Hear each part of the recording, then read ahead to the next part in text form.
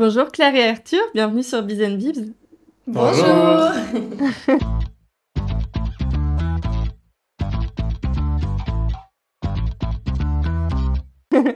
Trop cool de vous avoir. J'ai pas fait beaucoup d'épisodes avec des couples, donc je suis très contente de vous avoir tous les deux. Merci de vous être libérés en même temps. Bah de rien, avec plaisir. On fait tout ensemble, donc voilà. C'est ce dont on va discuter un petit peu aujourd'hui. Vous avez un compte Instagram de voyage qui s'appelle Les Droners, où vous partagez depuis maintenant 7 ans vos voyages aux 4 coins du monde, vos beaux plans et vos spots préférés, toujours avec beaucoup de créativité. Vous êtes ensemble depuis 11 ans, vous êtes devenus parents de Noah, votre petit garçon né en 2022, et qui vous accompagne déjà dans vos aventures autour du monde. D'ailleurs, vous avez prouvé à de nombreux parents qu'on pouvait continuer à voyager avec un bébé. Vous êtes allé avec lui à La Réunion, à Mayotte, en Guadeloupe, à l'île Maurice. On va parler de tout ça parce que je pense qu'on a bien besoin d'avoir vos tips pour savoir comment vous avez fait. Mais surtout, on va aussi parler business puisque depuis janvier dernier, vous avez ajouté une corde à votre arc. Vous étiez donc créateur de contenu. Mais maintenant, vous êtes devenu une agence, Before Sunset Agence, une agence de marketing d'influence pour promouvoir une influence plus responsable et créative dans le voyage, qui soit respectueuse des consommateurs et des lois qui sont maintenant en vigueur. Alors, on va recommencer un petit peu au début, on va aller au début de votre aventure. Comment a commencé votre compte Instagram? Pourquoi est-ce que vous avez créé ce compte-là? Alors, il a commencé en 2017. Ça fait 8 ans en fait. Ouais, ça fait 8 ans, ça y est. Waouh! On a passé la barre des 8 ans. Ouais. En fait, on a passé 1 an en Australie, puis 1 an en Nouvelle-Zélande. Et avec ces 2 années d'expatriation, on voulait plus trop rentrer, avoir un boulot, on va dire, conventionnel. On voulait créer notre propre business et on avait cette passion du voyage qui s'était développée. Et on était en Nouvelle-Zélande, pas très loin d'Auckland, quand on a créé le compte Instagram et on s'est dit viens, on devient blogueur voyage. Je passe tous les détails parce que vraiment le cheminement a été quand même long. Mais voilà, on était à l'autre bout du monde et on s'est mis en tête, on veut vivre du voyage, on veut vivre de notre passion. Viens, on crée un blog et les réseaux sociaux qui vont avec. Donc le compte Instagram est né, oui, en avril 2017. Vous aviez déjà partagé vos voyages, du coup, en Australie, en Nouvelle-Zélande? On avait créé un blog, l'Australie c'était en 2015-2016 et on avait créé un blog, mais un truc sur Wix je crois à l'époque. Vraiment, ça n'avait... Enfin, c'était très très laid. Mais c'était pour partager à nos amis, nos familles. Tu vois, on avait 23 ans, on était des petits jeunes quoi. Et On avait zéro expérience en plus. zéro expérience dans le blogging. Et le but c'était vraiment de faire quelque chose de personnel pour partager notre voyage. Et Instagram n'était pas du tout développé à l'époque. Donc voilà, mais après, quand on a voulu vraiment en faire un projet pro, là, on a fait les choses un peu plus sérieusement. C'était directement en sortie d'études, du coup. Ouais. Ouais, on a eu nos diplômes de master Enfin, en c'est 2014. l'expatriation, ouais, c'était en sortie 2015, on est parti en Australie. Mm. Et 2016 et 2017, on était en Nouvelle-Zélande. Vous avez commencé par quoi, du coup, pour professionnaliser un petit peu plus ces partages de blogueurs voyage? L'achat de matériel, déjà, pour avoir des photos et des vidéos de qualité. On a directement investi dans un drone énorme, très cher et énorme. D'où le nom Instagram. D'où le nom aussi. Ouais. On voulait montrer le monde sous un nouvel œil. C'était un peu notre slogan à la base. Et donc ouais, du matos photo, un super boîtier, un super drone. Et puis quand on est rentré en France, vraiment on a fait un setup complet. Et ensuite il a fallu vraiment professionnaliser en mode ok, comment on gagne de l'argent maintenant qu'on a tout ça.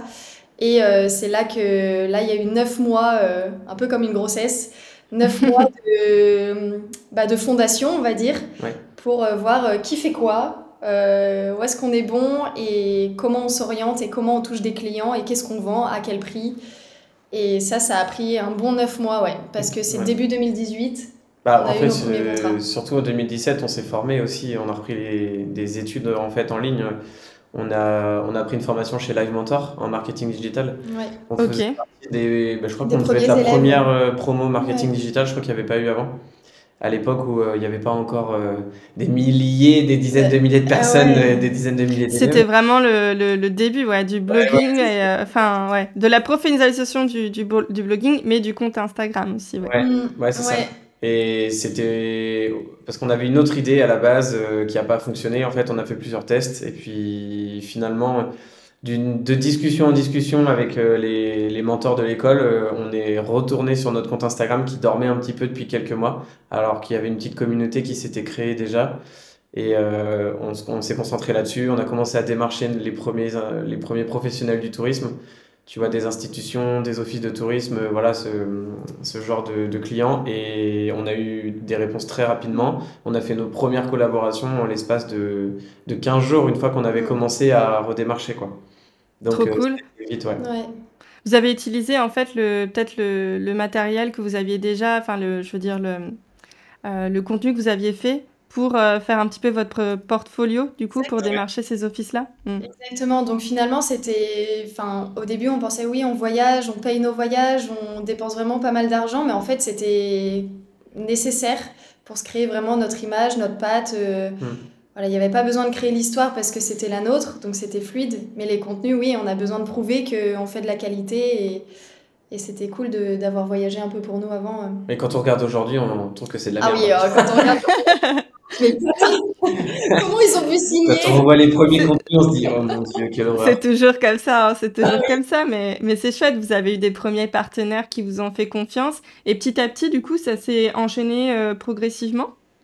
Progressivement, c'est allé assez vite parce que... 2018, c'était une année assez tranquille, dans le sens où c'était les premières collabs, donc nous, on apprenait aussi le métier de blogueur voyage. C'était à tâtons, mais on en a eu plusieurs quand même, dont une très très grosse en fin d'année 2018. On a dû en avoir 5-6, je pense, importantes, et puis après, c'était des tout petits trucs, pas incroyables, mais suffisants pour nous faire vivre ou survivre à deux. On a commencé par vraiment du local, et puis en fin d'année 2018, on est parti pendant 1 mois en Indonésie, avec vraiment un énorme contrat, et enfin le plus gros contrat de l'année, 2018.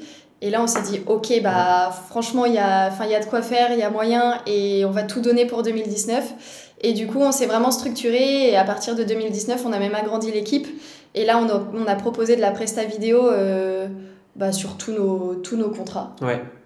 Et on réalise... Ok, donc en marque blanche, réaliser des... Pas que... Non, c'était influence. De la création de contenu qu'on publiait sur nos réseaux sociaux. YouTube. Donc brander les droners, mais avec le client, c'était des créations de contenu pour le client. Et nous, on leur livrait quand même les contenus, mais c'était vraiment publié à chaque fois sur nos réseaux. C'était le but de faire rayonner la destination. Parce qu'en fait, 90% de nos clients, c'était des institutions. C'était vraiment des offices de tourisme, des départements, des régions ou des pays. Et on avait très peu d'entreprises en fait à l'époque. Et nous, on a connu l'époque où justement ces offices de tourisme avaient du budget et l'utilisaient dans les créateurs de contenu. Donc c'est cool.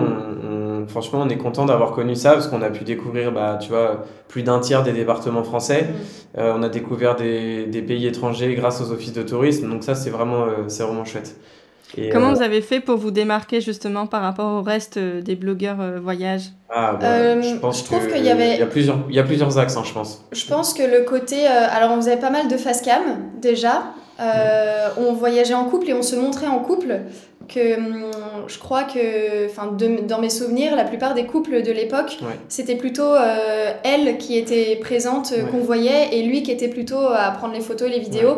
Et nous, justement, avec une troisième personne, on a réussi à se mettre en scène tous les deux d'une belle manière, on va dire. On apparaissait très vite sur les contenus. On a été assez rapide à se rendre compte de ça et à changer et à prendre un petit pas d'avance là-dessus. On s'est mis à faire du vlog. En fait, la vidéo déjà de base. En fait, il y avait pas beaucoup de blogueurs voyage ou de créateurs de contenu qui faisaient de la production vidéo. Tu vois, il y avait Bruno Maltor, il y avait Alex Viseo, c'était vraiment les deux grosses références qui faisaient de la vidéo. Et en fait, nous, on s'en est beaucoup inspiré parce que c'était des super réalisations vidéo qu'ils faisaient. Et on s'est dit, faut qu'on s'y mette aussi parce qu'on va se faire larguer, quoi. Donc c'est là qu'on a pris quelqu'un en vidéo et qu'on s'est dit, on avance, quoi. Donc ça, c'est... Donc vous voyagiez à 3 avec le vidéaste? En trouble.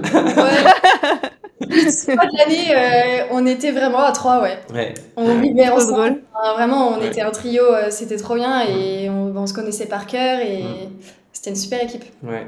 Et puis après, il Et y vous a. deux, ça se passait bien de travailler ensemble, de voyager ensemble, de tout faire ensemble?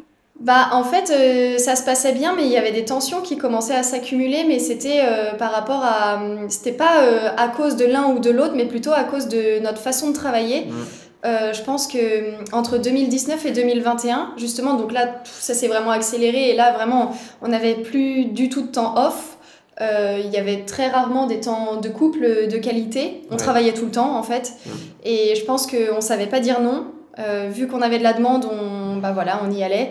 On avait encore l'énergie et je pense que ça a un peu joué en notre défaveur. À la fin, on avait l'impression d'être vraiment des machines et on était plus collègues que amoureux. Mm.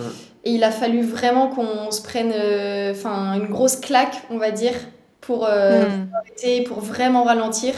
Mais on en avait besoin, mais on s'en rendait pas Mais compte. on était épuisés en fait, hein, c'était surtout On s'en ça. rendait pas On compte. était vraiment vide d'énergie, on se levait le matin, on avait la flemme d'aller shooter, on n'avait plus envie d'aller faire les levées de soleil, on n'avait plus envie d'aller créer les On avait contenus, et plus là on envie, s'est ouais. dit, bah là c'est pas bon quoi. Quand t'as plus envie de Mm. faire à la base ton métier de passion, Mm, c'est que Ouais.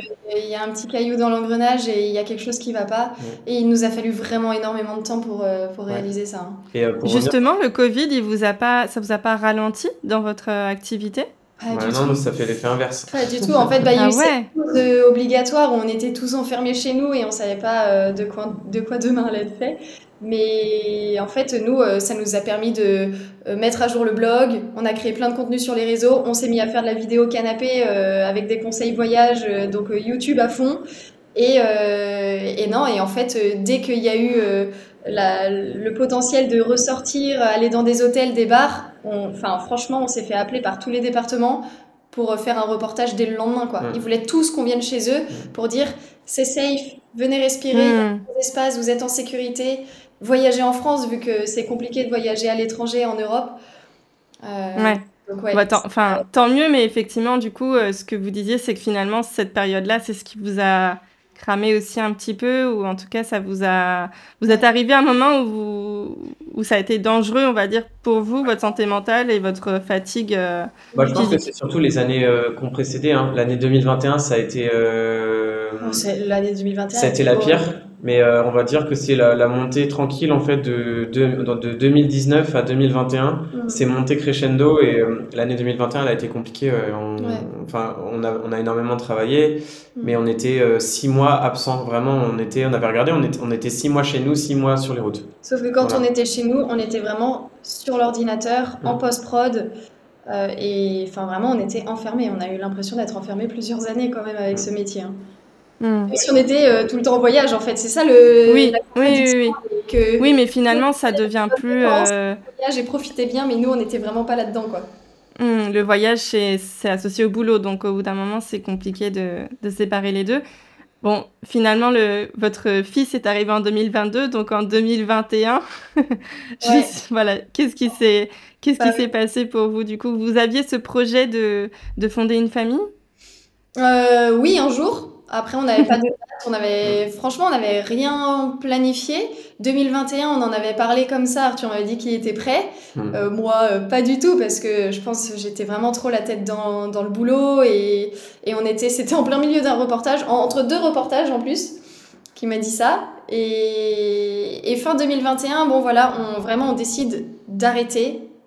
On se dit, il faut vraiment qu'on change de business model parce que là, ça va plus. Et on décide de partir à La Réunion parce que mon frère vit là-bas, donc avec la famille et puis les amis maintenant qu'on a là-bas, à chaque fois qu'on y va, on reste plusieurs mois. Et en fait, c'est début 2022 que je suis tombée enceinte à La Réunion. Et juste parce qu'on s'est fait de la place, en fait, à nous. Et qu'on s'est vraiment retrouvés et que c'était trop bien. Et il y avait la connexion amoureuse du début et c'était pas la connexion professionnelle, je pense. Donc voilà, le petit loulou est arrivé, il est venu dans mon ventre quand on était à La Réunion. Il est né, pas à La Réunion, il est né en France, en métropole. Ouais. Fin 2022. Fin 2022 du coup. Comment vous avez envisagé l'arrivée de ce petit bout par rapport au rythme effréné que vous aviez? Est-ce que ça vous a directement incité à revoir un petit peu la façon dont vous faisiez les choses? En fait, tout le monde nous posait cette question. Mais comment vous allez faire? Et nous, on répondait tout le temps, mais on verra, on va s'adapter. On n'était pas trop dans l'anticipation. Et en fait, on s'est dit, mais si on le fait à deux, on peut le faire à trois. Et donc, on savait qu'il fallait qu'on change de business model, mais on n'avait toujours pas réussi. Hein. Même à l'arrivée de Noah, on n'avait toujours pas changé de business model. Et on s'est dit, bon, on fait moins de reportages, on fait plus d'influence, on fait plus de reportages photos, on arrête la vidéo. Mais finalement, on était toujours dans le même système. Et c'est pour ça que les premières années avec Noah, on a continué comme ça. C'est pour ça qu'il nous a accompagnés. Mais en fait, c'était compliqué.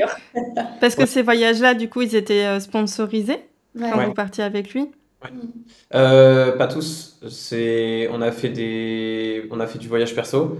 En fait, on n'a pas fait beaucoup de collaborations avec Noah parce que on s'est vite rendu compte que c'était compliqué. Et enfin, c'était surtout de mon côté. Moi, j'ai vraiment du mal à travailler avec lui parce que il faut que je compartimente bien les choses. Moi, tu vois, je peux pas être à un moment son papa et enfin moi je dois être à un moment son papa, puis à un moment je suis le conjoint de Claire, mais je suis aussi son associé, t'es photographe, je suis photographe, je suis blogueur, prestataire pour un client, donc il faut que je segmente les choses et mixer tout c'était impossible. Enfin, j'arrivais pas. Je galérais, je prenais vraiment zéro plaisir, à tel point de me dégoûter vraiment hein, de faire ce qu'on faisait. Et moi, j'ai dit à Claire un jour, j'ai dit, là, j'arrête, j'ai plus envie, je veux pas continuer. Et puis, c'est pas possible de continuer comme ça, donc je veux plus faire les droners. Je sais pas, on va faire autre chose, on se démerde, ou tu continues sans moi, mais moi, j'arrête. Bon, moi, c'était hors de question. On a toujours ce truc de... On va trouver une solution. Ça, c'est un peu notre mantra. Ça, c'était en 2023. Hein. C'est la première année. Noah avait même pas un an, je crois. C'était pendant la première année que c'était passé. C'est l'année la plus intense. Hein. Enfin, c'est le camion qui te roule dessus. Enfin, je sais pas s'il faisait ses nuits ou si tu es à l'été, mais enfin, c'est... À l'été, il faisait pas ses nuits. Exactement, voilà. Donc, c'est très compliqué. J'en parlais hier avec une docteure qui me disait, mais en fait, quand tu deviens parent, Estelle, ton cerveau change. Tu deviens une nouvelle personne. Donc, il y a aussi tous ces changements-là psychiques, émotionnels à prendre en compte. Donc, c'est sûr, c'est compliqué à gérer tout ça. Tu dois retrouver la place, en fait, que chacun ait sa place aussi. Moi, j'ai mis du temps à trouver ma place dans le foyer, du coup, suite à l'arrivée de Noah. Ça a bouleversé beaucoup de choses. J'avais plus l'impression d'avoir trop d'identité, tu vois. Donc, du coup, comme ma tête était prise, j'avais zéro place pour le boulot. Vraiment, je pouvais pas. En plus, j'étais crevé, vu qu'on dormait pas. Quand je suis fatigué, j'ai vraiment pas j'ai pas de perception du futur. Je peux pas me projeter. Et c'était nécessaire de me faire accompagner. Donc, tu vois, j'ai quand même, il y a un coach qui m'a suivi pendant plusieurs mois. Ça m'a fait un bien fou, justement. Ça m'a aidé à poser les pour, les contre, à bien définir ma place dans le foyer. Et suite à ça, en fait, il y a de l'espace qui a commencé à arriver. Et là, j'ai commencé un peu à respirer. Mais bon, ça s'est arrivé en 2024. Hein. Donc, l'année dernière, tout début 2024. Il y a quand même eu un an de galère, tu vois, où je naviguais un peu à vue. Je faisais pour faire, j'avais vraiment plus envie, je savais pas vers quoi on allait en fait, on n'avait pas l'idée, tu vois. On n'avait plus l'objectif à atteindre, on savait pas, à part de rentrer un peu d'argent quand même. C'est pas totalement vrai. En fait, on a essayé des trucs, mais comme je te disais, comme on avait l'esprit encombré, je pense qu'on a pris des mauvaises décisions et on a surtout pas écouté en fait les signes qui se présentaient à nous, tu vois. Il y a eu plein de portes qui se fermaient, mais on a voulu les enfoncer pour avancer, alors que c'est pas notre fonctionnement. On est plutôt du genre, quand ça se ferme, c'est pas le bon moment. Peut-être qu'on doit pas aller vers cette route-là. Et quand ça s'ouvre, on sait qu'on est sur le bon chemin. Et je t'en reparlerai après, enfin, on en reparlera après pour l'agence, justement, mais on a testé des nouvelles choses, un nouveau business. On voulait miser beaucoup sur l'affiliation sur le blog pour continuer quand même à être dans notre secteur de créateur de contenu et de blogueur voyage. Donc on se lance là-dedans, on commence à investir avec une agence SEO, on veut retravailler tout le SEO de notre blog, on se dit on va booster à fond nos articles, on va écrire beaucoup d'articles, on va faire une vraie stratégie d'affiliation. Et en septembre 2023, enfin août 2023, septembre 2023, octobre 2023, je sais plus exactement, Google met à jour son algorithme et défonce tous les blogs. Voilà. Et nous on s'est fait éclater. Et on a perdu 60% de trafic. Ça a été un très très gros coup dur, ça, pour la communauté SEO, pour tous les Et là, on blogueurs. fait, putain, c'est pas possible. On se lance dans un nouveau truc, on veut faire pivoter le business parce qu'on peut plus. Et là, on se prend une grosse, mais vraiment une énorme claque. Alors, on a ramé pendant des mois et des mois. On a essayé de maintenir comme on pouvait. On a traversé une période où on s'est coupé nos salaires pendant plusieurs mois. En 2024, tu vois, pendant 4 mois quasiment, on avait 0 € d'argent. On a vidé un compte bancaire. Enfin, on a vraiment traversé une sale période début 2024. Moi, à ce moment-là, je me faisais accompagner justement par quelqu'un pour pouvoir faire de la place dans mon esprit et trouver ma place dans le foyer. Et ça nous a aidé vers juillet à peu près, juillet-août, tu vois, à commencer à réfléchir à autre chose et à prendre la décision de là, ça va pas et c'est trop risqué. Là, on va planter les droners. En fait, c'est sûr, on va dans le mur, on va faire couler l'entreprise. Et fait chier, tu vois, il y avait une part d'ego en nous qui disait on peut pas, enfin ça peut pas s'arrêter quoi. On a mis tellement de cœur depuis toutes ces années, on est tellement investi, on a mis du temps, de l'argent, de l'amour, on n'a pas envie quoi que ça s'arrête. Et on savait pas, on voyait pas la lumière, on savait pas vers quoi aller. Alors on a continué encore un peu pendant quelques mois et arrive décembre 2024 et là d'une discussion un soir tous les deux sans Noah, on avait une soirée tranquille tous les deux. D'une discussion qui s'envenime un petit peu, on s'engueule parce qu'on n'était plus d'accord sur le business, sur qui fait quoi, comment trouver d'autres alternatives pour faire entrer de l'argent. De cette Engueulade. d'un conflit né comment c'est l'expression des conflits naissent les idées, je crois que c'est très français a priori. Et on s'est engueulé et en fait on a eu l'idée de créer l'agence à ce moment-là. On a continué un peu à gratter et puis en fait dans la communication de l'engueulade, et ben on a trouvé l'idée de l'agence. Et on s'est dit bah c'est tente. Ouais. Vous vous aviez déjà fait des collaborations pour d'autres personnes, vous aviez un réseau de collègues influenceurs voyage ou... Oui, le mois d'avant, en novembre, déjà, on avait organisé une collaboration avec un autre couple blogueur et créateur de contenu pour un client, pour notre client à nous. Et ça, on s'est rendu compte aussi qu'on adorait faire ça. Gérer, piloter des projets. Mettre en relation les gens, trouver les bons contacts, tu vois, faire fonctionner le réseau, c'est vraiment des choses qui nous plaisent. Et du coup, on a posé vraiment. Et quand je te parlais de porte ouverte, là, au moment où on a commencé à se renseigner, tout était fluide. Il y avait des personnes qui arrivaient par miracle, mais je te jure, un coup du ciel, on se disait, c'est bon, quoi, on est sur la bonne route, c'est sûr. Et tout s'est ouvert en 2 secondes, tout a été très vite. Le nom, Claire, elle l'a trouvé, on s'est dit, incroyable, elle n'est pas déposée, parfait, on y va, go. Le nom est dispo. Le site internet est dispo, tout était ouvert, on fait, vas-y, c'est parti. Voilà. Tous les feux étaient ouverts. Mais ce qui est pas mal, parce qu'en fait, finalement, c'était tout ce dilemme-là que vous aviez d'être trop impliqué dans la création de contenu, devant la caméra, derrière la caméra, avec le client. Et là, ça vous a permis finalement cette nouvelle idée de business, de prendre du recul, d'être un peu moins impliqué, mais d'être impliqué à votre façon, et de tester aussi de nouvelles choses que j'imagine... quand on devient parent aussi, ce qui se passe, c'est qu'on a comme ça, on a cette nouvelle identité qui se crée, on a bien souvent envie de renouveau, on le sent pas tout de suite, mais ça vous a permis de toucher à une nouvelle facette de votre métier que vous ne connaissiez pas. Ouais, et puis l'envie de se sédentariser un peu plus, tu vois, d'être moins déjà moins dépendant des contrats en sur voyage. le goût, tu vois, et puis retrouver le goût de voyager en fait pour nous. Le plaisir de voyager. C'est pour ça que je te disais tout à l'heure, on a fait quelques collabs avec Noah, mais les autres voyages qu'on a fait, c'était du perso. La Guadeloupe, c'était du perso. Maurice, c'était du perso. La Réunion, du perso. Mayotte, c'était du boulot. Oui, mais on a quand même fait des collaborations sur place avec... mais à la base, c'était une initiative perso. Oui, voilà. Je veux dire, c'était pas une demande de nous faire venir. Donc, je pense qu'on a retrouvé quand même ce goût aussi à voyager, à bouger, à prendre du plaisir, à aller découvrir, à préparer un voyage, tu vois, qu'on avait complètement perdu, parce qu'on était enfermé dans cette routine de boulot, quoi, en permanence. Là, dis-toi qu'en mai dernier, on est parti en Corse. C'est la première fois depuis qu'on avait lancé les Droners qu'on partait sans contrat, sans collaboration, même sur place. Il n'y avait rien du tout. Et le logement dans lequel on était, on avait collaboré avec eux l'année d'avant. Mm. Et quand on l'a contactée, elle nous a dit bah, vous voulez collaborer cette année? Enfin, elle était ravie qu'on la recontacte. Et elle était trop chaude pour recollaborer avec nous, nous offrir une semaine, etc. Et on a dit non. Non, On va en profiter.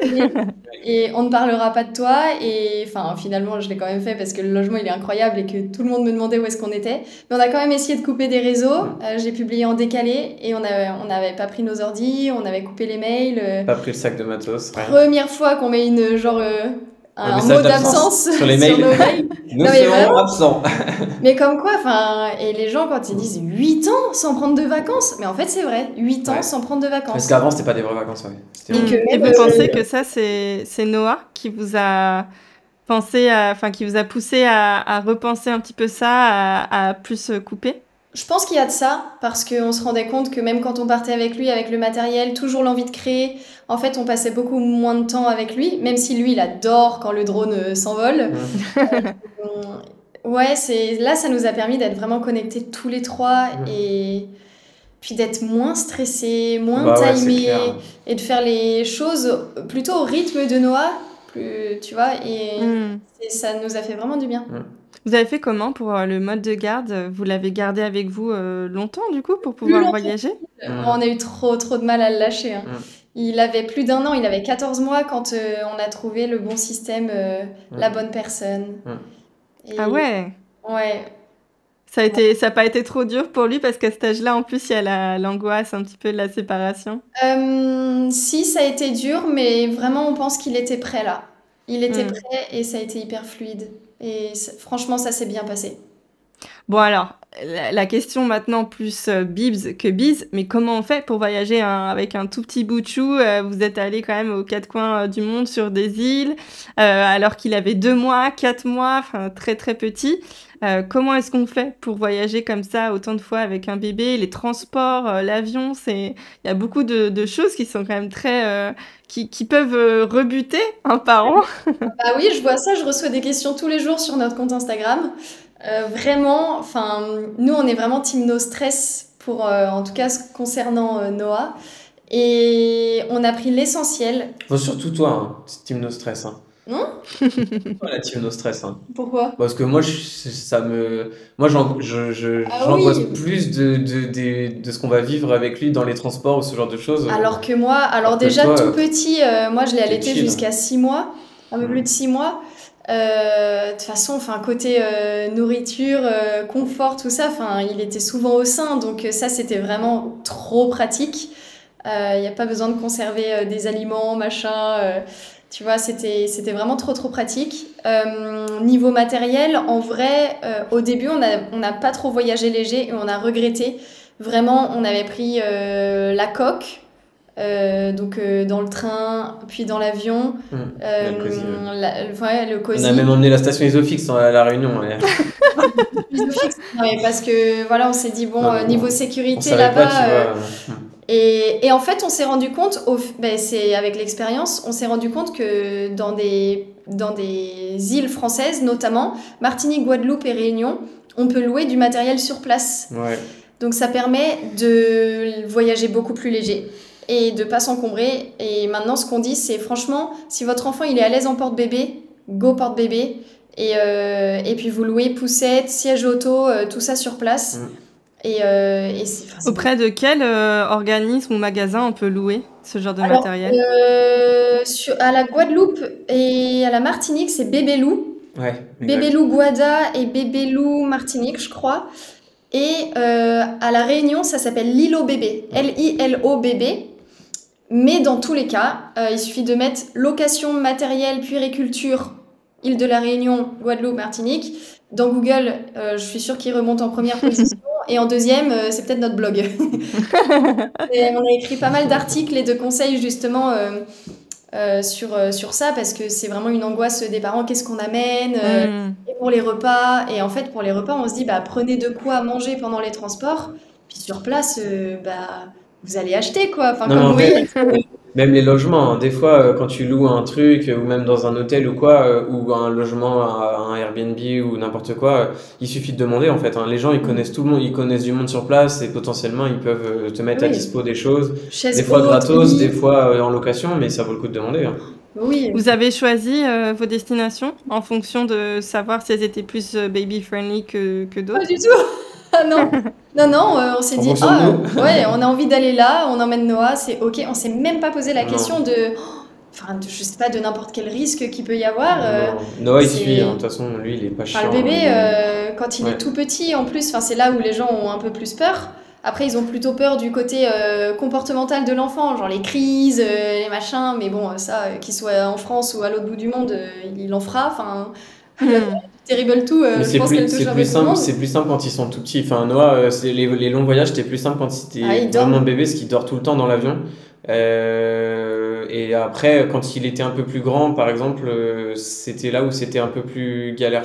Mm. Parce qu'il a besoin d'être occupé, ça l'ennuie d'être toujours attaché, enfin, il a envie de bouger, quoi. Bah oui. Il bouge beaucoup, Hmm. Noah, donc ouais, il est actif. Voilà. Oui.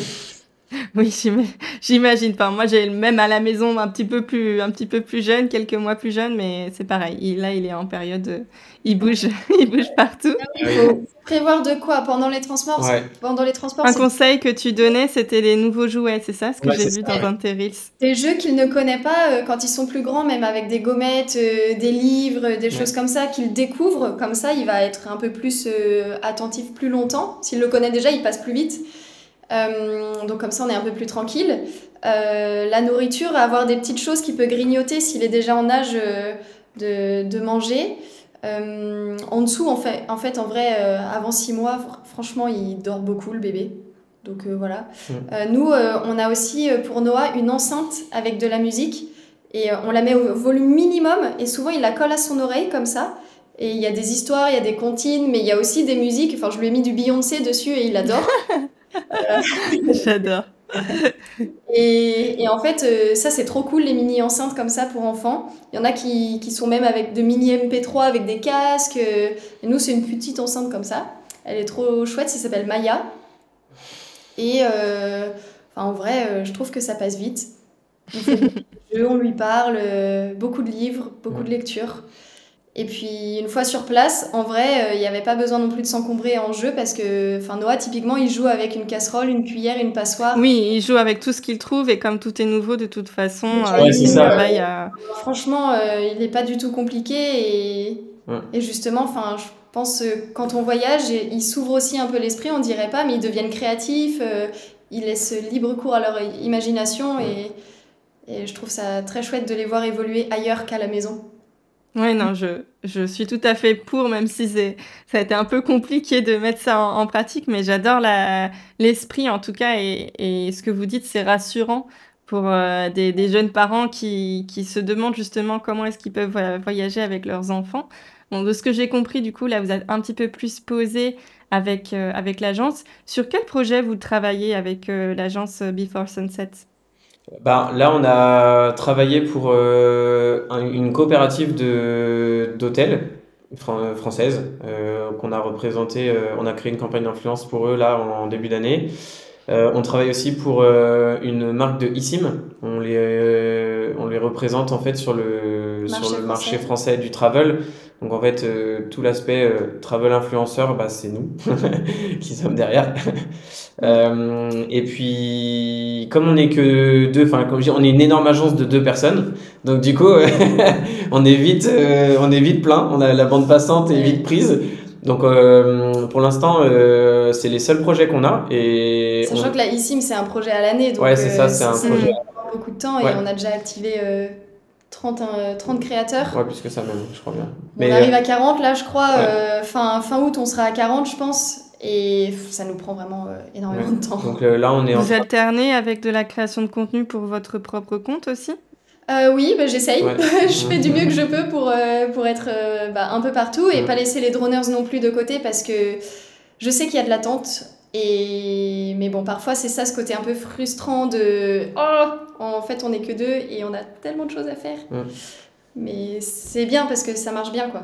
on est content. Est-ce que ce repositionnement business, ça vous a permis de mieux vous retrouver, vous, en tant que couple, en tant que parents, en tant même que Claire et Arthur, d'avoir un peu plus de temps libre pour chacun? Ah bah oui. Oui, parce que on est rentré dans une espèce de routine. Alors à la base, on n'aimait pas trop Osmo, enfin surtout moi. Et en fait, ça fait du bien d'avoir des semaines calées. Et nous, on est tous les deux très sportifs et on a du temps pour ça, enfin. On a du temps vraiment avec Noah. Les ordinateurs, typiquement, on les laisse au bureau. Ah oui, parce qu'on a un bureau maintenant. Avant, on n'avait pas de bureau. Tout était à la maison ou tout était avec nous en voyage. Et là, maintenant, tout reste au bureau. Donc c'est cool. La maison, c'est vraiment la maison. Et on coupe. Avant, on avait du mal à couper. Oui, donc là, vous avez trouvé finalement, vous êtes passé par une période difficile, mais ça vous a permis de vous réaligner professionnellement et aussi personnellement. C'est toujours pas, après 8 ans à travailler ensemble, c'est toujours aussi fluide? Ouais, c'est toujours aussi fluide. Ouais, là, vu que l'agence, c'est comme une nouvelle entreprise, il y a quelques bugs des fois dans le process, mais c'est... Genre quoi? T'as répondu à ce c'est mail? le Mais dé- c'était à moi de le faire. C'est Mince, juste pas pour de modifier ça va. la répartition des rôles parce que c'est un nouveau métier pour nous. Parce on s'occupe du coup de créer des campagnes d'influence pour des marques du tourisme, mais on fait aussi de la représentation de talent. On est, tu vois, talent manager. Donc, on a des influenceurs avec qui on travaille. Donc, c'est pareil, tu vois, c'est de bien répartir qui s'occupe de quoi, qui répond aux clients qu'on reçoit via les demandes des influenceurs, ou alors carrément discuter avec les influenceurs sur leur stratégie à eux, comment ils voient leur avenir, leur business à eux, etc. Les accompagner dans leur process de création. C'est plein de nouveaux métiers du coup qu'on a dans l'agence et on n'est que deux pour l'instant, comme on disait tout à l'heure. Donc il faut qu'on arrive à se répartir bien les rôles comme il faut. Et après, on sait très bien que de toute façon, il y aura des gens qui vont rentrer dans la team. On n'aura pas le choix. On va, je pense, agrandir l'équipe d'ici peu. Hein. Je pense d'ici l'année prochaine, à mon avis, il y aura déjà du monde qui va nous accompagner, si ce n'est avant. Je sais pas, on verra. Mais ouais, c'est toujours aussi fluide et surtout, on est toujours aussi passionné par ce qu'on fait et on se le dit souvent, on n'arriverait pas à travailler avec quelqu'un d'autre.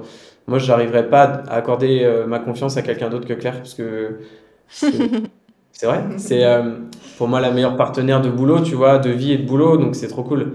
Je trouve ça bien d'avoir confiance dans la personne avec qui tu travailles. Et on a quand même réussi à segmenter le travail du perso encore plus avec les bureaux, mais c'est vrai que quand on est au bureau, on a vraiment l'esprit travail. Il y a très peu de perso qui est là, et quand on quitte les bureaux, on se retrouve à la maison, comme si on s'était, enfin c'est bizarre, mais presque comme si on s'était pas vu de la journée. Du coup, Oui, vous racontez la journée, c'est... Ouais, il y a un petit débrief le soir. Et puis surtout, on parle du perso, tu vois, on se prend du temps pour nous, pour du perso en fait. Alors là, le boulot est un peu présent ces dernières semaines et ces derniers mois parce que c'est un nouveau projet. Donc il est de retour à la maison, mais on va essayer de corriger ça. Normalement, on a une règle, à la maison on parle pas de boulot, et là... Mais on va essayer de corriger ça pour vraiment se concentrer sur notre perso, notre couple, notre famille, quoi. Ce serait quoi, du coup, le conseil que vous donneriez aux couples qui entreprennent ensemble de bien se répartir les rôles, de bien compartimentaliser comme vous faites avec les bureaux, la maison? Il y a une chose qu'on dirait en priorité avant tout ça, c'est de bien communiquer, de bien s'écouter, d'avoir des temps de parole et d'écoute chacun, où on peut exprimer ce qu'on ressent, ce qu'on a envie, ce qui va pas, et que l'autre soit vraiment à l'écoute à 100%, soit pas dans le jugement, et qu'on trouve des solutions ensemble, parce que sans bonne communication, derrière, on peut pas bien s'organiser, on peut pas bien travailler. On peut pas aller très très loin, je pense, ensemble, sans conflit. Et quand il y a des conflits, ça prend un peu le pas sur le travail aussi. Donc la communication, pour nous, c'est un grand mot, on va dire. Ah oui, super le conseil. Mais en vrai, il y a beaucoup de couples. On a des exemples autour de nous. Il y a des couples qui s'écoutent pas trop, qui manquent un peu de temps aussi. Donc se créer du temps pour cette communication et oser se parler et être à l'écoute de l'autre, c'est hyper important. Je sais pas si tu dirais qu'il y a autre chose comme conseil en priorité, mais... Oh non, pour moi, c'est le numéro 1. Surtout que nous, on est passé par la phase où on s'écoutait pas du tout et puis bah voilà, à un moment ça bloque. Après, la répartition des tâches, elle vient naturellement. En fait, t'as des choses que tu aimes plus ou moins faire, d'autres pas trop. Bon, bah voilà, tu répartis généralement. C'est assez fluide.